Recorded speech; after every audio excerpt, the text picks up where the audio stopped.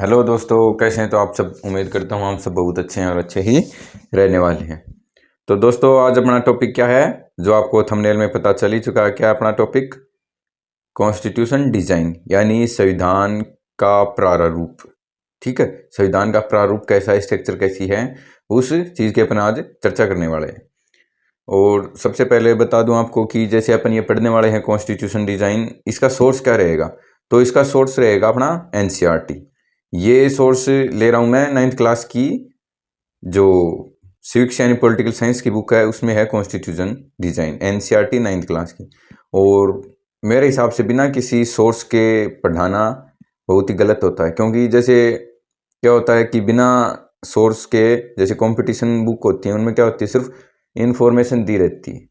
लेकिन एनसीईआरटी में क्या रहता है, बच्चों के समझने के लिए अलग अलग तरीके से थॉट दिए रहते हैं। एक साइकोलॉजी तरीके से थॉट्स होते हैं, वो दिए रहते हैं। अब ऐसे नहीं कि जैसे एनसीईआरटी उठाई तो उसमें मान लेते हैं, क्या होता है कि जैसे किसी को आंसर लिखना है, तो क्या है उसमें डायरेक्ट ये लिख रखा है कि सीधे तरीके से कि कॉन्स्टिट्यूशन डिजाइन, मतलब संविधान बनाया गया था, उसके लिए जो कॉन्स्टिट्यूशन असेंबली बनी थी वो इस डेट को बनी थी, और फिर उसको क्या नाम है, ड्राफ्टिंग कमेटी बनी, ये इस डेट को बनी थी, ये मेंबर थे। नहीं, उसके लिए आग जो कॉन्स्टिट्यूशन का जो डिफरेंस है वो किससे किया गया है? साउथ अफ्रीका से। यानी इंडिया के कॉन्स्टिट्यूशन को पढ़ने से पहले अपन किसके कॉन्स्टिट्यूशन को पढ़ेंगे? साउथ अफ्रीका के कॉन्स्टिट्यूशन को। हालांकि इंडिया का कॉन्स्टिट्यूशन साउथ अफ्रीका के कॉन्स्टिट्यूशन से बहुत पहले बन चुका था, लेकिन फिर भी एनसीईआरटी कंपैरिजन करती है साउथ अफ्रीका के कॉन्स्टिट्यूशन से। तो चलो अपन स्टार्ट करते हैं अपना चैप्टर, कॉन्स्टिट्यूशन डिजाइन।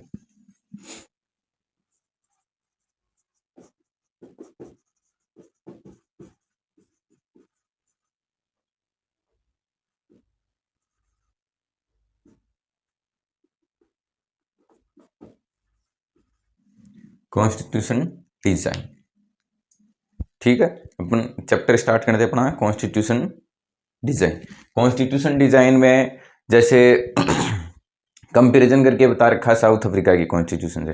तो अपन सबसे पहले पढ़ते हैं इस चैप्टर में, ये जो चैप्टर दे रखा है अपना कॉन्स्टिट्यूशन डिजाइन, इस चैप्टर में क्या करना है अपने को? सॉरी, इस चैप्टर में ये बताया गया है कि कॉन्स्टिट्यूशन डिजाइन, मतलब कॉन्स्टिट्यूशन, इंडिया के कॉन्स्टिट्यूशन को पढ़ने से पहले आपको साउथ अफ्रीका के कॉन्स्टिट्यूशन में, यानी जो जो वहां से जितने भी क्लोज ली गई हैं, यानी साउथ अफ्रीका में ऐसा क्या हुआ था जिसकी वजह से संविधान वहां के लोगों को लिखना पड़ा, कॉन्स्टिट्यूशन वहां के लोगों को बनाना पड़ा। ठीक है, तो सबसे पहले अपन चर्चा करते हैं इस चैप्टर की। तो ये चैप्टर अपने को क्या कहता है कि this chapter have be understanding to how create a constitution any country, कि एक कंट्री है वो कॉन्स्टिट्यूशन कैसे बनाती है, and why we need constitution, हमें कॉन्स्टिट्यूशन की ज़रूरत क्यों है। कुछ बेसिक और भी, जैसे ये है कि why why have draft constitution, why have drop constitution, and what way, किस तरीके से और किस लिए बनाया गया था। तो ये सभी क्वेश्चंस हैं, उनके आंसर अपने को इस चैप्टर में मिल जाएंगे। धीरे धीरे करके अपन एक एक क्लोज को पढ़ते चलेंगे तो अपने को मिल जाएंगे। तो सबसे पहले इस चैप्टर में बताया गया है कि क्या होता है साउथ अफ्रीका में। कहां पर? साउथ अफ्रीका, दक्षिण अफ्रीका, जो क्या है कि कंट्री है, जो क्या है कि कंट्री है। ठीक है, अफ्रीका कॉन्टिनेंट पे, अफ्रीका कॉन्टिनेंट पे साउथ अफ्रीका एक कंट्री। तो जैसे ब्रिटिशर्स की क्या थी, कॉलोनी थी, मतलब ब्रिटिशर्स का भारत के ऊपर राज था या ताज था। ठीक है, वो भारत के ऊपर राज कर रहे थे। वैसे ही ब्रिटिश क्या कर रहे थे, रूल कर रहे थे यहाँ पे। ब्रिटिश रूल कर रहे थे कहाँ पे? साउथ अफ्रीका में। लेकिन इंडिया की तरह नहीं हुआ इसमें। यहाँ पर इंडिया में उन्होंने कॉलोनी बनाई थी, बनाने के बाद में उन्होंने क्या किया था, मतलब जब अपने को इंडिपेंडेंस मिली तो टोटल, ऑलमोस्ट टोटल जो ब्रिटिशर्स थे वो इंडिया से चले गए थे।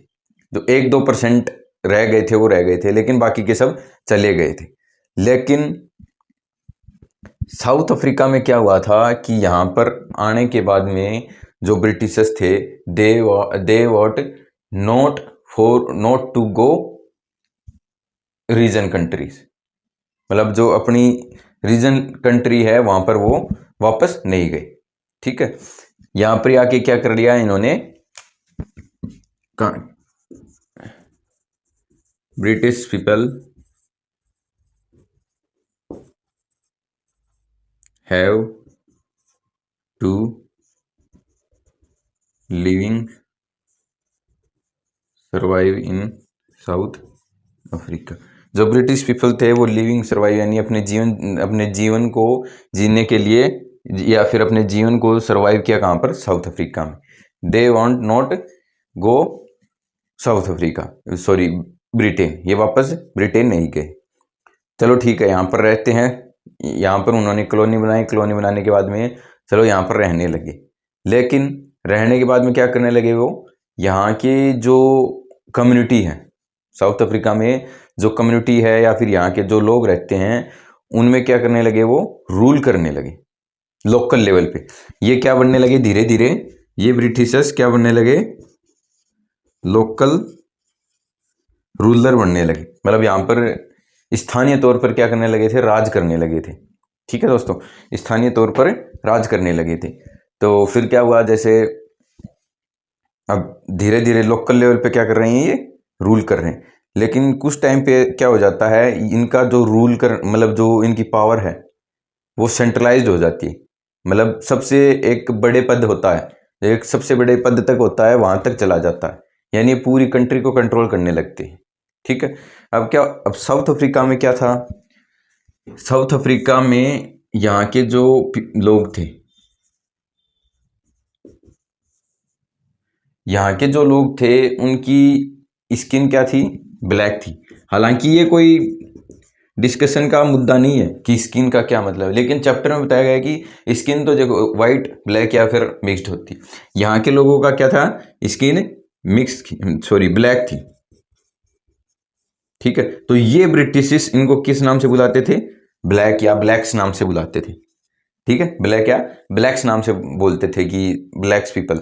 ठीक है, और सबसे ज़्यादा अब इनकी रीजनल कंट्री ये है, अब रीजनल कंट्री है तो टोटल पॉपुलेशन में कितना कंट्रीब्यूशन, पॉपुलेशन में कितना, 3/4, मतलब 4 में से 3 लोग साउथ अफ्रीका के।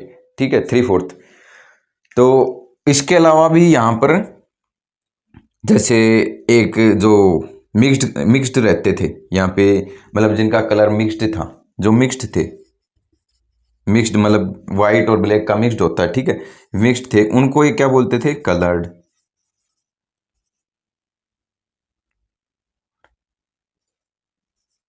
कलर्ड क्या बोलते थे, कलर्ड बोलते थे। ठीक है, मिक्स थे उनको कलर्ड बोलते थे, और जो इनका जो रीजनल लोग थे उनको ब्लैक्स बोलते थे, जिनका 3/4 पॉपुलेशन में क्या था, कंट्रीब्यूशन यानी हिस्सा था। इसके अलावा भी एक और कम्युनिटी रहती थी, जैसे वो थे इंडियन पीपल, वो थे इंडियन पीपल जो इंडियन रीजन के थे। ठीक है, अब इंडिया के जो लोग हैं वो बहुत सारी कंट्री में माइग्रेट हुए थे ब्रिटिश टाइम पीरियड के समय। ठीक है, ब्रिटिश टाइम पीरियड के समय इंडिया के लोग बहुत सारे कॉन्टिनेंट कंट्रियों पे क्या हुए थे, माइग्रेट हुए थे। जबरदस्ती भी हुए थे, कुछ फोर्सली भी हुए थे, और कुछ अपनी इच्छा से भी हुए थे। ठीक है, विलिंगनेस। तो अब साउथ अफ्रीका में कौन कौन रहते हैं, इंडियन पीपल जो बहुत कम है, जो बहुत कम है, मिक्स्ड मतलब ब्लैक और वाइट स्किन के जो लोग हैं उनको मिक्स्ड बोलते हैं। लेकिन ब्रिटिशर्स इनको क्या बोलते थे, कलर्ड बोलते थे। और जो रीजनल कंट्री है, जिनकी ये कंट्री है, वो थे ब्लैक्स। क्यों, क्योंकि उनकी स्किन ब्लैक थी। ठीक है, तो ब्लैक्स बोलते थे कौन, ब्रिटिशर्स, ये बोलते थे। और डिफरेंस करते थे, अपार्थेड सिस्टम।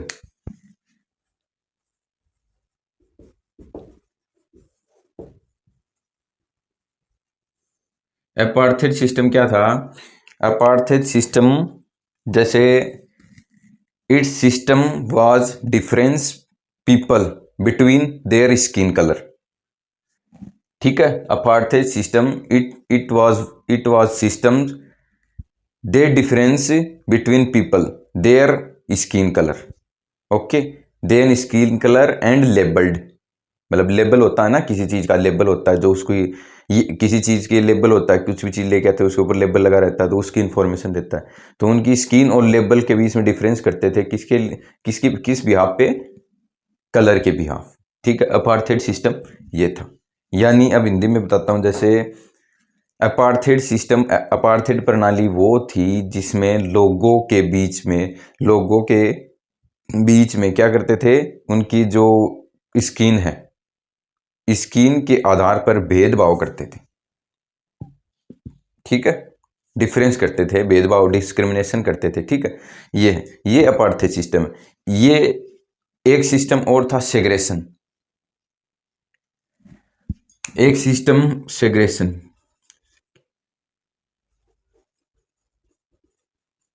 सेग्रेशन सेग्रेगेशन का मतलब होता है all facilities like hospitals, bus stand, swimming pool, gym, stations and worship hall या फिर टेम्पल, मतलब जितने भी चीज़ें हैं, they all separate for black and whites, they all separate for black and whites people. ये सब चीज़ें ब्लैक और वाइट जो लोग थे उनके लिए अलग थी। अब वाइट लोग कौन थे, ये थे वाइट लोग, इनकी स्किन का कलर क्या था, वाइट था, ठीक है। ब्रिटिशर्स थे वाइट पीपल, वाइट लोग, ठीक है, सफ़ेद लोग, गोरे लोग, ठीक है, वो कौन थे, ब्रिटिशर्स थे। अब ब्रिटिशर्स ने यहाँ के जो साउथ अफ्रीका के पीपल हैं उनके ऊपर मतलब इतना कंट्रोल किया कि ना तो वो सेग्रेशन, मतलब बस रिक्शा, जो भी स्विमिंग पूल हो गया, टॉयलेट हो गया, स्कूल हो गया, मंदिर हो गया, इन सारी जगह वो क्या कर दिया था, रेस्ट्रिक्शन लगा दिया था, या फिर कंट्रोल, या फिर परमिट की ज़रूरत पड़ती थी। जो ब्लैकिश लोग थे वो ना तो क्या कर सकते थे, the black people have not living in white areas, जहाँ पर वाइट, मतलब जो वाइट लोग रहते थे वहाँ पर वो ना तो रह सकते थे, and they have not work done, वो काम नहीं कर सकते, and if they have permit only work done, जिसके पास क्या थी, परमिट थी, वो ही क्या कर सकते थे, सिर्फ वहाँ पे काम कर सकते थे। They were not worship when place English people went worshipped, जहाँ पर क्या कर रहे थे, इंग्लिश पीपल थे वो वर्शिप करते हैं, वहाँ पर क्या है, ब्लैक्स लोग नहीं जा सकते थे, इंग्लिश पीपल या वाइट पीपल्स, ठीक है। तो हर जगह पे क्या कर दिया था, रिस्ट्रिक्शन लगा दिया था। They have not voting rights and they was not protest against tribal treatment, इतने भयंकर जो इनको ट्रीटमेंट मिल रहा था उनके खिलाफ ये ना प्रोटेस्ट कर सकते थे। ये सब कुछ चल रहा था, देख लो साउथ अफ्रीका में इनको इतना सप्रेस किया गया था, इतना ऑप्रेस्ड किया गया था, इनको दबाया गया था, इनको सिर्फ क्या किया गया था, इनको सिर्फ काम करना था, इनको सिर्फ काम करना था उनके ब्रिटिशर्स के इशारों पर, वो सिर्फ ये चाहते थे। अब क्या हुआ था, जैसे हालांकि ये 1950 से हो रखा है, 1950 से पहले भी हो रखा था ये, ठीक है, लेकिन एक डेट आती है 1964। हालांकि 1950 से 1964 के बीच में एक नाम है, वो आप याद रखना, क्या,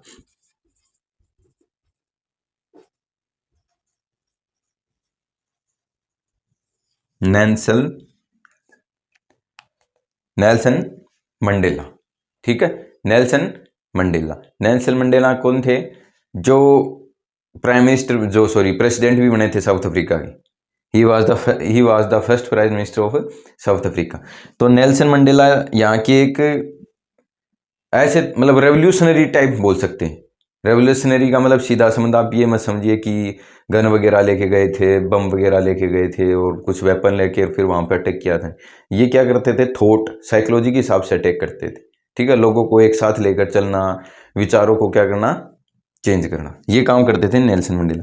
नेल्सन मंडेला के साथ और भी जो लोग थे उनको क्या कर दिया गया था, इम्प्रिजनमेंट, लाइफ इम्प्रिजनमेंट से, ठीक है, मतलब आजीवन कारावास, उम्र मतलब हमेशा के लिए, जितनी जितनी इनमें सांसें रहेगी तब तक क्या कर दिया गया इनको, इनप्रिजनमेंट मतलब जेल में डाल दिया गया, सजा सुनाई गई थी, सेंटेंस्ड लाइफ इनप्रिजनमेंट। ओके, इनप्रिजनमेंट की सजा सुनाई गई थी। इनके ऊपर मुकदमा चला था ट्रीजन का। ट्रीजन का मतलब होता है देशद्रोह, मतलब ये देश के अंदर ऐसी ऐसी चीज़ों को फैला रहे हैं, जैसे आतंकवादी होते हैं उनके ऊपर देशद्रोह का मुकदमा लगता है, तो वैसे इनके ऊपर ट्रीजन यानी देशद्रोह का मुकदमा लगा था नेल्सन मंडेला के ऊपर। ठीक है, तो नेल्सन मंडेला 7 अन्य लोग थे, उनको क्या कर दिया गया, लाइफ इम्प्रिजनमेंट की सजा सुना दी गई थी। 7 इनके मतलब 7 जो 7 अदर पीपल्स थे उनको क्या कर दिया गया, इनके साथ ही लाइफ इम्प्रिजनमेंट की सजा सुना दी गई थी। ओके, फिर क्या हुआ, जैसे इनको तो 1964 में क्या कर दिया गया, इम्प्रिजनमेंट मतलब जेल में डाल दिया गया, लेकिन जो अदर पीपल थे वो क्या कर रहे थे, 1950 से क्या कर रहे थे, प्रोटेस्ट कर रहे थे भाई। 1950 से प्रोटेस्ट कर रहे थे। ठीक है, उन्होंने एक पार्टी भी बनाई, याद रखना, एक पार्टी बनाई जिसका नाम था ANC, African national Congress, African national Congress. ठीक है, ये पार्टी बनाई थी अफ्रीकन नेशनल कांग्रेस। इसमें कौन कौन, जैसे अकॉर्डिंग टू ब्रिटिशर्स ब्लैक्स भी थे, और मिक्स्ड जो कलर्ड थे वो भी थे, इंडियन पीपल भी थे, साथ में इसमें कौन थे, कुछ इनोसेंट बोल सकते हैं अपन, इनोसेंट, कुछ इनोसेंट पीपल थे, वो कौन थे, वाइट, जिनकी वाइट स्किन थी, मतलब ब्रिटिशर्स भी, कुछ कुछ ब्रिटिशर्स भी ANC के सपोर्ट में थे। ठीक है, ब्लैकिश थे, कलर्ड मिक्स्ड, कलर्ड थे और इंडियन थे, और साथ में कुछ ब्रिटिशर्स भी थे, वाइट स्किन वाले थे, जो क्या कर रहे थे, इस चीज को सपोर्ट कर रहे थे, क्या कर रहे थे, इस चीज को सपोर्ट कर रहे थे। अब वही बात, प्रोटेस्ट करते गए करते गए करते गए, मतलब पेशेंस होता है हर चीज़ का, हर चीज़ धीरे धीरे धीरे धीरे होती है। 1950 से इन्होंने ये प्रोटेस्ट करना स्टार्ट कर दिया, धीरे धीरे धीरे धीरे करते करते इनका प्रोटेस्ट बढ़ता गया बढ़ता गया बढ़ता गया। लास्ट में एंड ऑफ मूवमेंट क्या हुआ था कि ब्रिटिश जो गवर्नमेंट थी, वहाँ की जो ब्रिटिश गवर्नमेंट थी, they was not held any further time, वो इन चीज़ों को और लंबे समय तक नहीं संभाल के रख सकती थी, मतलब इनको और होल्ड नहीं किया जा सकता था। फिर क्या किया ब्रिटिश गवर्नमेंट ने, क्या किया ये डिसाइड किया कि जो सेग्रेशन की जो पॉलिसी है उसको ख़त्म कर दिया गया, एंड कर दिया गया, साथ में ही जो अपार्थाइड सिस्टम था उनको बैन कर दिया गया, और जो इनके मीडिया मतलब जो मीडिया के सोर्सेज थे जो बैन कर रखे थे, जिनको जेल में डाल रखा था, उनको भी रिलीफ कर दिया गया, रन आउट कर दिया गया। ठीक है, रन आउट मतलब बाहर निकाल दिया गया। तो 1950 के मतलब लगभग, अब ये देखो 1950 के बीच में 1964 आता है 1964 में प्रोटेस्ट इतना बढ़ गया था, नेल्सन मंडेला को क्या कर दिया गया, इम्प्रिजनमेंट की सजा सुना दी गई। ठीक है, इम्प्रिजनमेंट की सजा सुना दी गई। 1992 में इनको रिलीफ मिला, कब, 1992 में, 1964 1992, 1992 में 1992 में इनको रिलीफ मिला, मतलब इनको क्या कर दिया गया, फ्री कर दिया गया, फ्री। नेल्सन मंडेला और जो 7 अदर मेंबर थे उनको फ्री कर दिया गया था, लाइफ मतलब इम्प्रिजनमेंट की सेंटेंस मतलब सजा से। ठीक है, 1992 में इनको बाहर निकाल दिया गया, लेकिन ये याद रखना ये वही टाइम है जब प्रोटेस्ट पीक पर था, प्रोटेस्ट पीक पर था, ध्यान से सुनते जाना। प्रोटेस्ट स्टार्ट हुआ 1950 में, ANC पार्टी बनी 1950 में, ANC पार्टी बनी, प्रोटेस्ट स्टार्ट हुआ, प्रोटेस्ट आते आते 1964 में क्या हुआ, एक पीक पर आने लगा था। ठीक है, पीक पर आने लगा था, उसी टाइम पे क्या कर दिया गया 1964 में, नेल्सन मंडेला और 7 अदर्स मेंबर को जेल में डाल दिया गया था 1964 में। ठीक है, वहां पे क्या हो गया, प्रोटेस्ट कम होने लगा धीरे धीरे धीरे धीरे। ठीक है, फिर एंड ऑफ क्या हुआ, प्रोटेस्ट ने फिर से क्या कर दिया, एक बूस्ट कर दिया, मतलब तेजी पकड़ ली। ठीक है, तेजी से क्या करने लगा, बढ़ने लगा प्रोटेस्ट। वो टाइम कौन सा था? 1992 में, जब क्या था, प्रोटेस्ट पीक पर था। जब क्या हुआ था, ब्रिटिश गवर्नमेंट को रियलाइज हुआ था कि अब इनको और नहीं रोका जा सकता, ठीक है, अब इनको और नहीं रोक के रख सकते। तो 1992 में ब्रिटिश गवर्नमेंट ने क्या कर दिया, रिलायबल मतलब कुछ मतलब जो अपार्थाइड सिस्टम था, सेग्रेशन पॉलिसी थी, इनको ख़त्म कर दिया गया और वहाँ के जो लोगों को क्या कर दिया गया था, जेल में डाल दिया गया था, उनको रिलीफ दे दिया, फ्री कर दिया। कब कर दिया? 1992 में। ये कंडीशन हुई 1992 में। सारा आपको मैं एक साथ ही बताते चलता हूँ साउथ अफ्रीका का, हालांकि ये यहाँ पे ख़त्म हो जाता है, फिर स्टार्ट होता है कि जो why we need a constitution, हमें कॉन्स्टिट्यूशन की ज़रूरत क्यों है, फिर साउथ अफ्रीका का और एक्सप्लेनेशन है थोड़ा सा।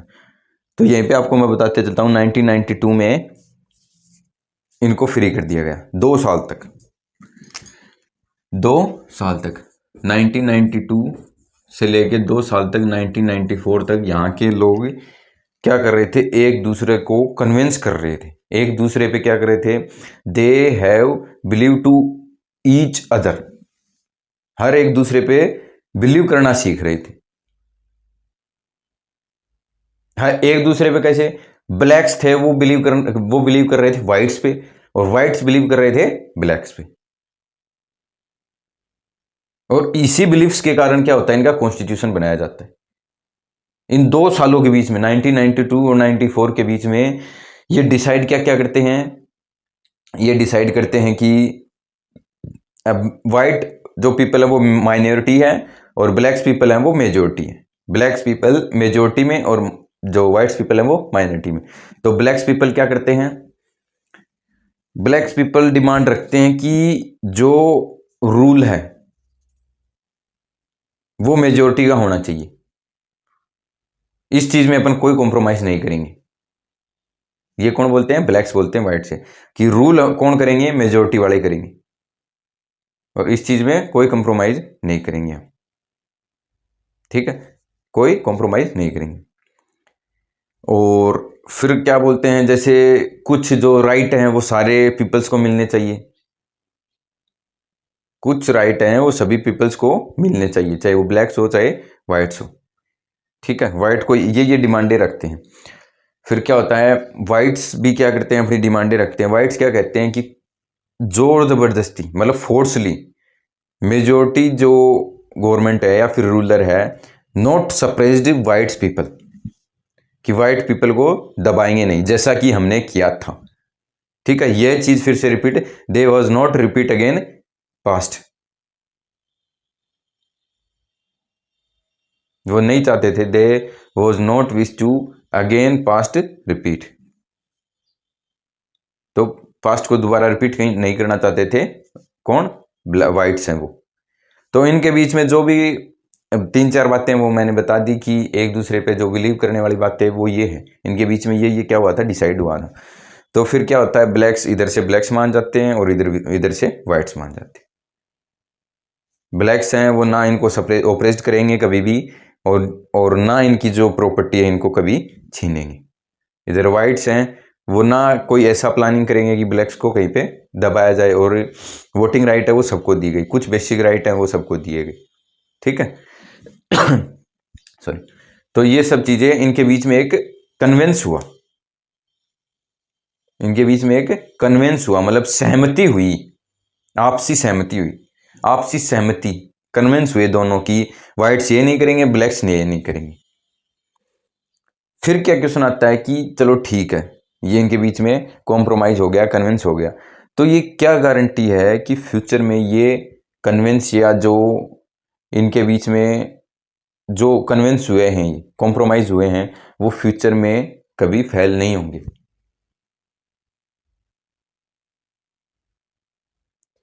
मतलब ये है कि there was a not any guarantee because they was not have believe each other, कि एक दूसरे के ऊपर है विश्वास है वो नहीं कर सकते थे, और क्या गारंटी थी इस चीज की कि वो कभी फेल नहीं करेंगे, फेल नहीं होंगे इस चीज में। तो इस चीज का एक सॉल्यूशन मिला कि जो रूल आपने बनाए हैं उस चीज को क्या कर दो, कहीं पर लिख दो। जो आपने रूल डिसाइड किए हैं उस चीज को आप कहीं ना कहीं पे राइट यानी रिटन तरीके से लिख दो। और ये कंडीशन लगाओ कि कोई भी गवर्नमेंट, चाहे वो मेजोरिटी की हो या माइनॉरिटी हो, कभी भी रूल करेंगे तो उस रूल को, कभी जो रूल आपने लिखा उसको नॉट इजी तरीके से चेंज कर पाएंगे, इजी तरीके से चेंज नहीं कर सकते, इजी तरीके से चेंज नहीं कर सकते। और ना ही उसमें कुछ ऐसे चेंजेस किए जाएंगे जो सभी लोगों के लिए या फिर कुछ लोगों के लिए ही ठीक हो। मेजोरिटी के लोग परेशान होते हैं, माइनॉरिटी के लोग क्या करते हैं, मजा करते हैं। इस तरीके का कोई भी चेंज नहीं किया जाएगा। इस चीज के बीच में, उनके बीच में कॉम्प्रोमाइज होता है। और एंड ऑफ 1994 में क्या होता है, 1994 में क्या होता है, साउथ अफ्रीका का कॉन्स्टिट्यूशन बनाया जाता है। साउथ अफ्रीका का कॉन्स्टिट्यूशन बनाया जाता है 1994 को, 26 अप्रैल 1994 को साउथ अफ्रीका का कॉन्स्टिट्यूशन बनाया जाता है, इनेक्ट किया जाता है, इंप्लीमेंट किया जाता है।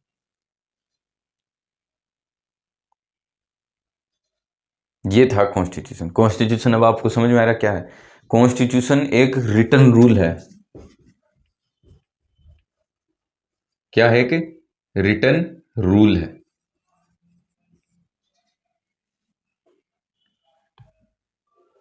क्या है कि रिटन रूल है। कॉन्स्टिट्यूशन क्या है कि रिटन रूल है।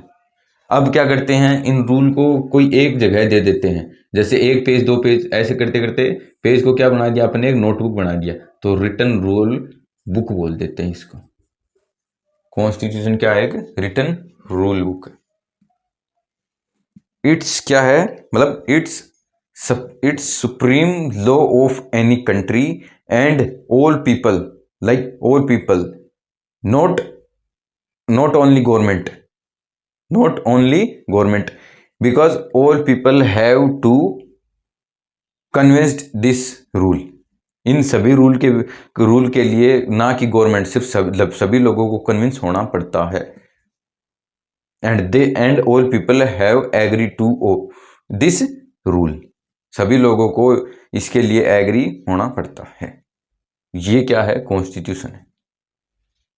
कॉन्स्टिट्यूशन एक रूल है। जैसे क्या होता है, बुक में दे रखा है, जैसे आपके पास में कोई नाइट क्लब हो गया, कोई जैसे कोई पार्टी है, पॉलिटिकल पार्टी हो गई, कोई एसोसिएशन हो गया, तो उनके रूल होते हैं। चाहे स्कूल हो गए तो वहाँ पे भी रूल होते हैं। तो उस रूल को क्या बोल दिया गया, एक वास्ट रूप दे दिया गया एक कंट्री लेवल पे, ठीक है। तो उसको क्या बोल दिया गया, कॉन्स्टिट्यूशन। यही क्या होता है, कॉन्स्टिट्यूशन होता है। Constitution a written rule book and supreme law of any country, ये होता है कॉन्स्टिट्यूशन। अब यहां से ये क्वेश्चन आता है, why we need a constitution, हमें कॉन्स्टिट्यूशन की जरूरत क्यों है, हमें कॉन्स्टिट्यूशन की जरूरत क्यों है। एक बार मैं रफ कर देता हूं इसको और फिर देखते हैं आगे।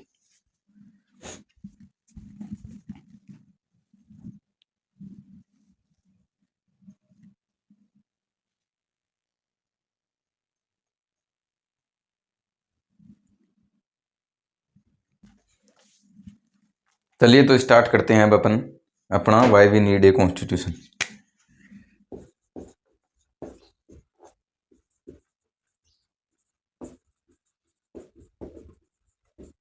अब अपन चैप्टर के सेकंड पार्ट को कर रहे हैं, जिसमें कॉन्स्टिट्यूशन की जो साइकोलॉजी है वो भी अपन साथ साथ में पढ़ते चलेंगे, नहीं तो वीडियो क्या हो जाएगा, लंबा हो जाएगा, ठीक है। और वैसे ही लंबी क्लास व्हाइट बोर्ड पर तो बहुत ही कम है जो देखना पसंद करते हैं, ठीक है।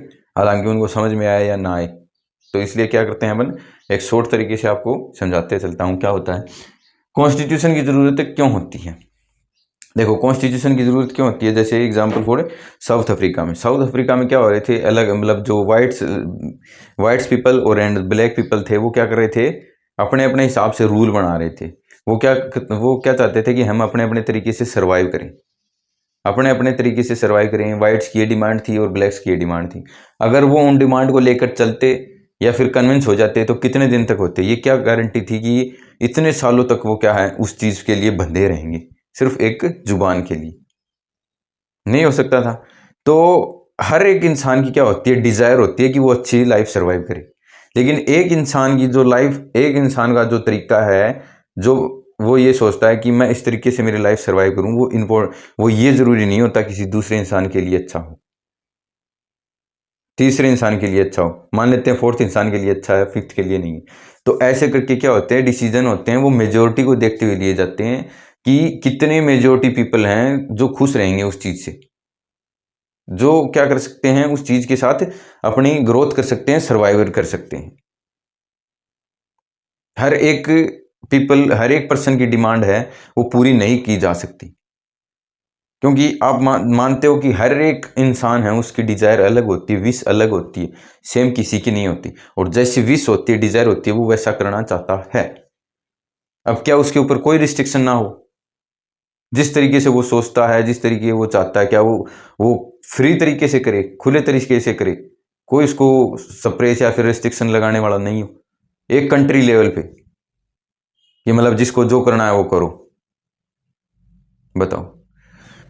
तो इन डिजायर को ये देखने के लिए कि किस मेजोरिटी में, मतलब ज्यादातर जो पीपल हैं वो किस चीज में खुश हैं, या फिर आसानी से वो लाइफ सरवाइव कर रहे हैं किस चीज से। ठीक है, तो ये डिसीजन कौन लेगा, गवर्नमेंट लेगी। अब ये आती है बात कि गवर्नमेंट किसकी बनेगी, किस तरीके से बनेगी। तो ये सारी की सारी बातें हैं, ये इनको एक कंपाइल किया जाता है, मतलब ये सारी चीजें इनको कंपाइल कर दिया गया और उन कंपाइल किए हुई चीजों को लिख दिया गया। उसको तो कॉन्स्टिट्यूशन बोलते हैं, मैंने समझा दिया कि जो चीजें लिख दी गई हैं उसको कॉन्स्टिट्यूशन बोल दिया। कोई भी कंट्री हो उसमें जिसके रूल होते हैं, उसमें जहां पे उसने लिखा है उस रूल को, वो उसका कॉन्स्टिट्यूशन हो गया।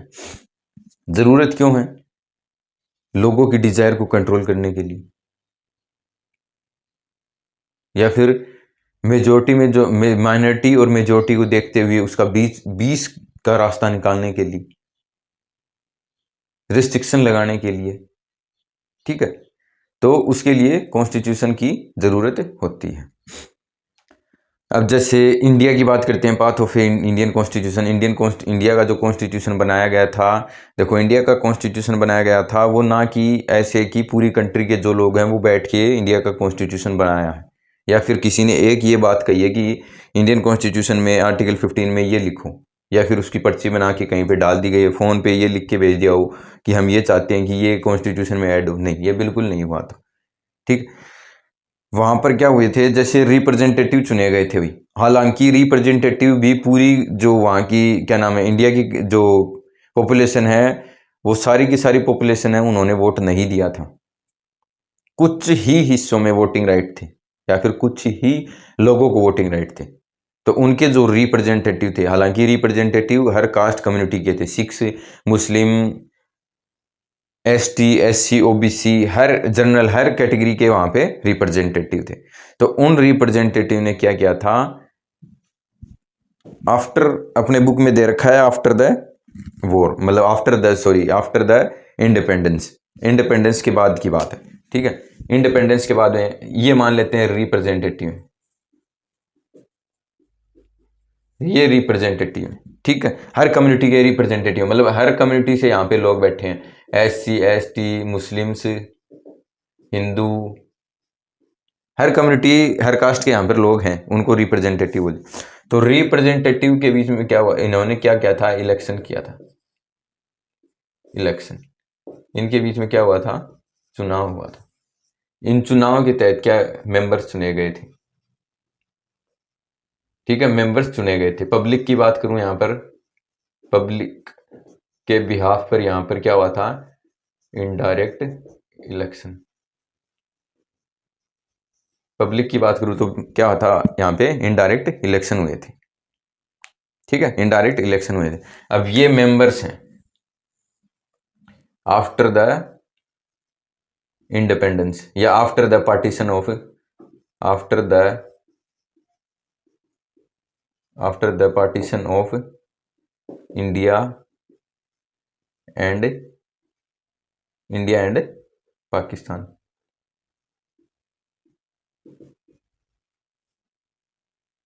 ठीक है, इंडिया एंड पाकिस्तान।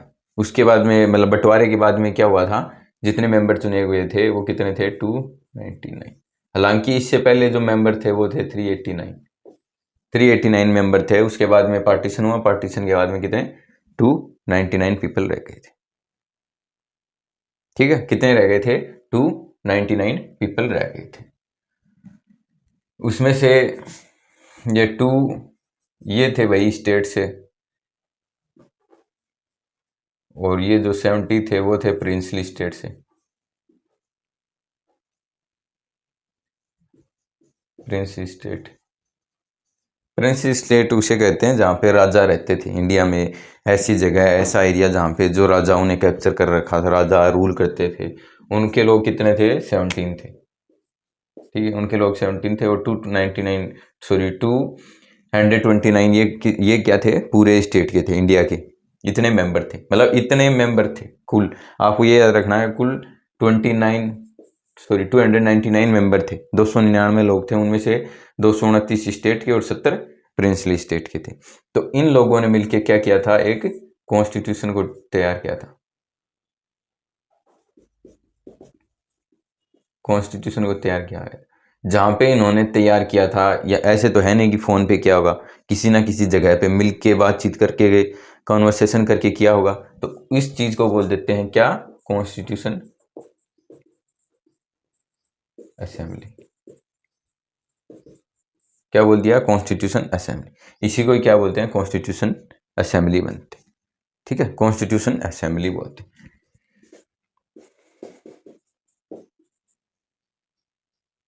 ये 1946 में, हालांकि पार्टीशन से पहले देखिए कि फर्स्ट मीटिंग हुई थी कॉन्स्टिट्यूशन असेंबली की 9 दिसंबर 1946 में। ठीक है, ये जो इलेक्शंस हुए थे, ये जून जुलाई में हुए थे, जून जुलाई 1946 में। हालांकि फर्स्ट मतलब पहली बार जो ये एक साथ मिले थे वो डेट थी 9 दिसंबर 1946 को।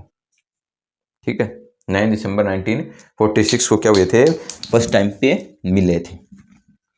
फिर इन्होंने, ये जो मेंबर थे, उन्होंने क्या किया था, कॉन्स्टिट्यूशन को तैयार किया था भाई, अलग अलग तरीके से। आपकी बुक में बताया गया है कि 140 डेज क्या हुआ था, कॉन्वर्सेशन हुआ था, या फिर मीटिंग्स हुई थी। 114 दिन मीटिंग्स हुई थी इन लोगों की। उस मीटिंग्स के बीच में कॉन्स्टिट्यूशन को तैयार किया गया था। ठीक है, 114 दिन लोगों की मीटिंग हुई थी। उन मीटिंग्स में क्या किया गया था, कॉन्स्टिट्यूशन को तैयार किया गया था। और जितने अपने बुक के साइड में नाम दे रखे हैं, जैसे Shyama Prasad Mukherjee, doctor Bhimrao Ambedkar, he is the father of constitution, K M Munshi, Shyama Prasad Mukherjee हो गए, दुर्गा देवी हो गई, और भी बलदेव सिंह हो गए। ये जितने भी अपने बुक में नाम दिए गए हैं, उन्होंने कहीं ना कहीं इनडायरेक्ट या डायरेक्ट तरीके से कॉन्स्टिट्यूशन के जो फॉर्मेशन में है कॉन्स्टिट्यूशन दिया था भाई। ऐसे करके इंडिया का कॉन्स्टिट्यूशन बनाया गया था। अब इंडिया की कॉन्स्टिट्यूशन में क्या था कि वहाँ इंडिया की कॉन्स्टिट्यूशन में लोग क्या थे कि जैसे कुछ लोग रशिया में, जो रूस है, जो रशिया उसका जो सोशलिज्म है उससे इफेक्टिव थे।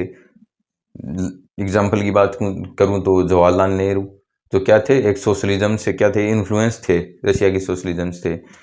यूएसए का जो फंडामेंटल राइट है या प्रियम्बल है, सबसे सबसे पुराना जो कॉन्स्टिट्यूशन है वो यूएसए का है, उसके बाद फ्रांस का। तो सबसे पहले यूएसए ने क्या किया था, कॉन्स्टिट्यूशन लिखा था, प्रियम्बल लिखा था।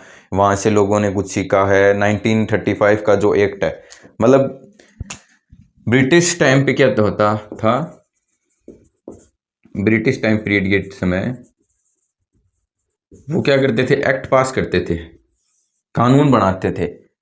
5 साल, 10 साल, 15, 20 साल ऐसे करके एक्ट पास करते थे। ठीक है, जैसे 1990 एक्ट का उन्होंने एक्ट पास किया। 1990 एक्ट में क्या हुआ था, जलियांवाला मैसेकर से हुआ था। उसके बाद में क्या करते हैं, वो एक्ट पास करते हैं 1935। इस 1935 के जो एक्ट है, इससे भी क्या किया था, लोगों ने बहुत कुछ सीखा था। इसमें कितने, लगभग 10 शेड्यूल, हालांकि अब कॉन्स्टिट्यूशन में कितनी शेड्यूल है, 12 शेड्यूल है। तो यहाँ से 10 और 2 अपने हिसाब से, तो वहाँ से भी लोगों ने सीखा था। प्लस जो ब्रिटेन में जो इलेक्शन करने का तरीका है और जो वहाँ का शासन या रूल करने का सिस्टम है वहीं से भी लोगों ने सीखा। तो अलग अलग तरह के विचारों के लोग थे, उन्होंने बैठ के इस चीज़ पे सलाह मशूरा किया, डिस्कशन किया, अपनी अपनी बातों को रखा और इस तरीके से कॉन्स्टिट्यूशन अपना बनाया गया। अलग अलग तरह के अलग अलग साइकोलॉजी के लोग थे, ऐसे नहीं कि वहाँ जैसा का जैसा कॉन्स्टिट्यूशन यूएसए में बनाया गया वैसा का वैसा इम्प्लीमेंट कर दिया गया, नहीं, यहाँ पे चेंज किए गए थे, अपने हिसाब से क्या किया गया था, कॉन्स्टिट्यूशन को लिखा गया था। एक आपको क्या याद रखना है, ड्राफ्टिंग कमेटी।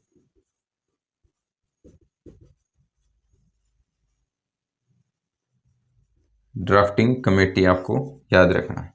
ड्राफ्टिंग कमेटी का मतलब एक ड्राफ्ट होता है, मसौदा होता है, कच्चा मसौदा होता है, ठीक है, वो तैयार किया था किसने, इसके जो चीफ मान सकते हो या फिर चेयरमैन मान सकते हो, वो कौन थे, डॉक्टर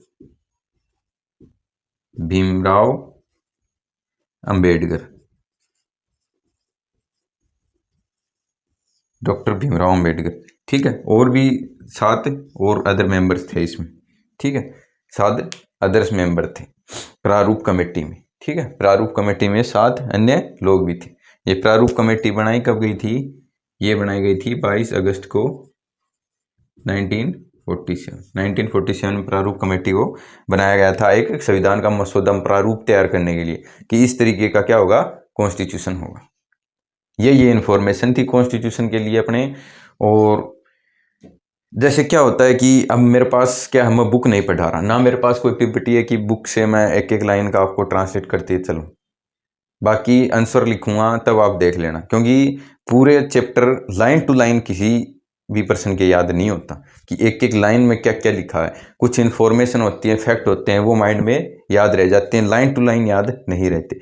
अगर लाइन टू लाइन याद मतलब करना है तो जैसे क्या होता है, पीपीटी में एक एक लाइन होता है, या फिर बुक में सामने रखूँ, बुक को सामने रख के आपको ट्रांसलेट करता चलूँ, बताता चलूँ, तो वो बता देना आप किस तरीके से करना, कमेंट करके कि बुक पढ़ा हो तो बुक में से चैप्टर है उसको अपन रीड करते चलेंगे लाइन टू लाइन। और इन्फॉर्मेशन होती है वो ऐसे ही दी जाती है बिना पीपीटी के, ठीक है दोस्तों, बिना पीपीटी की इन्फॉर्मेशन ऐसे ही दी जाती है, ऐसे पढ़ाया जाता है, क्योंकि बुक में 6, 7, 8 जितने पेज होते हैं टोटल माइंड में छपना बहुत मुश्किल हो जाता है। इन्फॉर्मेशन होती है वो बहुत जल्दी छप जाती है, जो डेटा होता है, फैक्ट होते हैं वो बहुत जल्दी याद हो जाता है, लेकिन जो लाइन टू लाइन है वो याद करके फिर पढ़ाना मुश्किल हो जाता है। हालांकि आंसर लिखने के लिए अपन याद कर सकते हैं उस चीज़ को, ठीक है। फिर कॉन्स्टिट्यूशन के बाद में वो है कॉन्स्टिट्यूशन की साइकोलॉजी। साइकोलॉजी मतलब कॉन्स्टिट्यूशन में ये बताया गया है कि कॉन्स्टिट्यूशन में सिर्फ अलग अलग लोगों की साइकोलॉजी नहीं है, कॉन्स्टिट्यूशन की खुद की भी अपनी साइकोलॉजी है। क्योंकि क्या करता है ये लोगों को ऐसे राइट देता है जिससे गवर्नमेंट उनको क्या कर सके, सप्रेस ना कर सके। गवर्नमेंट है उनके बीच में पावर का शेयरिंग ऐसे करता है कि जो जैसे पार्लियामेंट जैसे जुडिशरी है वो उसको ज़्यादा नहीं कर ले, एनवेलोप नहीं कर ले, किसको, एग्जीक्यूटिव जुडिशरी को एनवेलोप ना कर ले, या एग्जीक्यूटिव पार्लियामेंट को एनवेलोप ना कर ले, ठीक है, लेजिस्लेचर को एनवेलोप ना कर ले, मतलब एक दूसरे की शक्ति को ना दबा सके।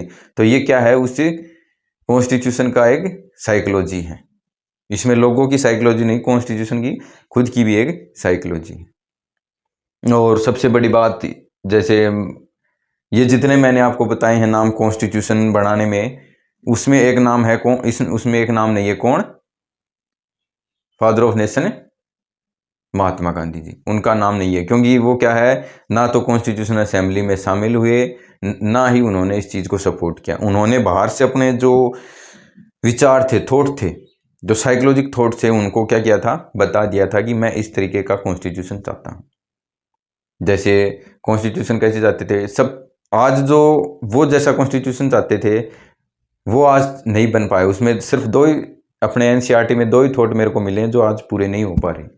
पहला ये कि उन्होंने ये कहा था जो हायर क्लास और लोअर क्लास है वो सोसाइटी में नहीं रहनी चाहिए। नहीं रहने का मतलब है कि इनके बीच में जो डिस्क्रिमिनेशन है, जो डिफरेंसेस है, वो नहीं होने चाहिए। एक सोसाइटी में हायर क्लास के लोग और लोअर क्लास के लोग नहीं रहने चाहिए। नहीं रहने चाहिए। ये हालांकि अभी तक उनका जो ड्रीम है या फिर उनका जो थॉट है वो पूरा नहीं हो रहा है।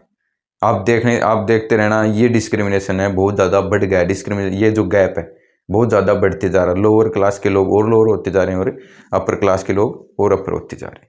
सेकंड, उनका ये थॉट था कि हमारी कंट्री के अंदर कोई भी टॉक्सिक या फिर निकोटिन्स जितने प्रोडक्ट हैं वो नहीं होने चाहिए। लाइक वाइन, लाइक जो शराब वगैरह है वो नहीं होनी चाहिए।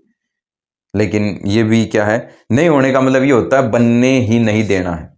ऐसे नहीं कि जो फैक्ट्री हैं वो काम कर रही हैं और उसके बाद में अपने यहाँ पे क्या कर रहे हैं, उनके ऊपर बैन लगा रहे हैं। ये नहीं, फैक्ट्री के ऊपर ही बैन लगाना मतलब उस चीज़ को एक कंट्री में बनने ही नहीं देना। तो ये दो चीज़ें हैं जो महात्मा गांधी चाहते थे, वो नहीं हो रही। हालांकि वो और भी चीज़ें हैं कि हर सभी लोगों को इक्वल तरीके से क्या करना है, इक्वल तरीके से बिहेवियर करना है सबके लिए।